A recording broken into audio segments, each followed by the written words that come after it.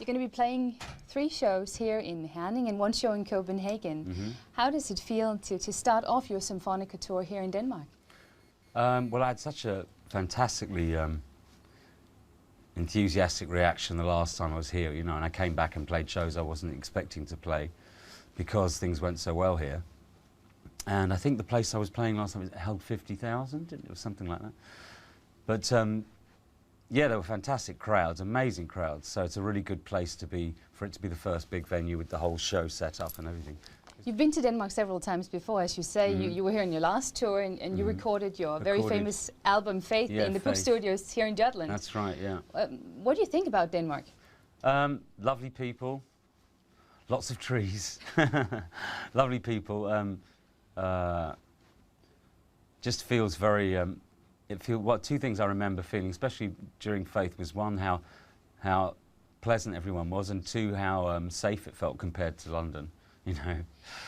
In the breaks of this tour, I understand that you're recording a new album, which is very different from the Symphonica tour. It's modern dance music. How do you combine the 2? Well, the thing is, I'm interested in the 2. You know what I'm saying? I've always had. I mean, I think I'm pretty well known for there being a fairly even balance in my successes in terms of ballads and up-tempo songs, and so that's kept my kind of lyric writing, the lyric writing element of what I do going constantly, because I'm working in my mind on that, and this is all much more about my voice, you know. So I think at my age, to be able to have those 2 things going on and to know that they'll both be heard to a degree is quite remarkable. You know, I'm thrilled about it, to have that kind of momentum in my own brain at this age, you know. On your new album, on the dance music album, there are a lot of gay and gay-friendly artists on that. What's it meant to you to be open about your sexuality? Well, I've been open in the songs that I've written since I've been out, but they've still basically been about relationships, and only some of these lyrics on this new album are about relationships. There are so many things that, you know, there are so many aspects to gay life that I've discovered, and so many things to write about. I have a new life, and I have a new take on dance music because of that life. And what do you mean, new life? Well, as a gay man. You know, dance music plays a very different part in gay men's lives at 48 than it does straight men's lives at 48. I would say that's an understatement, actually. This CD I bought in '84, I think it was, and this was the first CD I ever bought, and actually it was the first CD you were able to buy in Jutland, in this part of Jutland. And I think for many people in my generation, well, we grew up with your music, we fell in love with your music, and got married with your music, and all these... Had lots of babies with my Had music. lots of babies with your music. Don't forget that bit. Yeah, what does it feel like to have provided the soundtrack to so many people's lives? Well, it's a privilege, isn't it? It's an amazing privilege. I mean, I've been very aware of it and felt very responsible for kind of handling that privilege with care. Not many people really are that meticulous with what they do, I suppose, and I'm just a control freak and terribly afraid of failure or regret. So I work very hard at these things, and I hope people will feel that in the show as well, you know. You have been in the spotlight for almost 3 decades. How have you coped, or how are you coping with the media attention and fuss and... As badly as ever, really. I've just been on a holiday on an island, and just for 4 days, and I think pretty much everybody in the island has my picture now. I'm a little too polite for my own good, really. You don't get used to it over the years? No.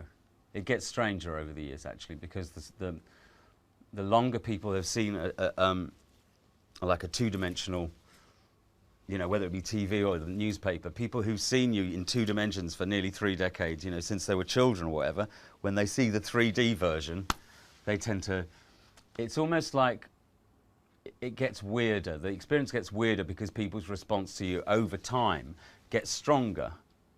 Not less necessarily, it doesn't necessarily go with your chart success or whatever, it goes with how long you've been around, you know, and so the response to you gets stronger and stronger, and I think a lot of people don't appreciate that. I think that's why a lot of people like me who've been around for years and years, only really lose it in their 40s and 50s. You know, there are a lot of people that seem to lose their minds at a certain age, and I think I know why now. You know, what are you doing like to the avoid legends, that? the kind of What legends. are you doing to keep that from happening? Well, I stay home a lot. No, I'm trying to break free of that as well. I try very hard to thank my lucky stars, you know, and keep it all in proportion and perspective. But it can be very tiring having a smiley face all day for thousands of. Yeah, no wonder. And when I travel, that's much more likely to happen, of course. There were, when you're talking about keeping away from the public, there were 17 years where you did not go on the road, but now you are on the road and on a tour again. Mm-hmm. How do you feel about it now? One thing I will say about the holiday I just went on, I didn't have any security with me, which is one of the reasons that I spent the whole. That's one thing. So I'm protected from some of that out here, but I obviously feel a very different relationship with the people who come to see the shows than the people, because if it were just my fans that decided they needed my picture, then I think I'd be all right. You know, there are lots of George Michael fans, but there aren't that many. You know, it's the fact that everyone seems to want one, just, you know, in case their wife wants it, or their daughter wants it, or their gay partner wants it.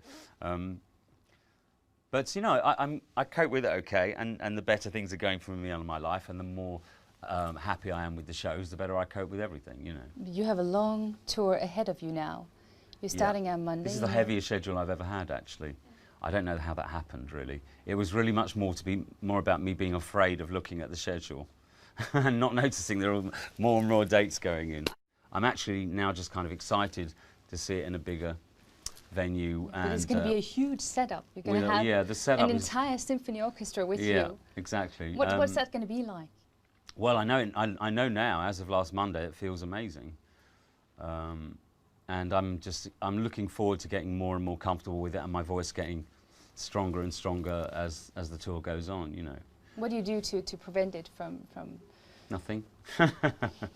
You're just lucky. I'm just lucky. Yeah, I have lozenges that I suck the whole day out, paranoia. But no, really, since I learned to relax about it, I've found it much easier, actually.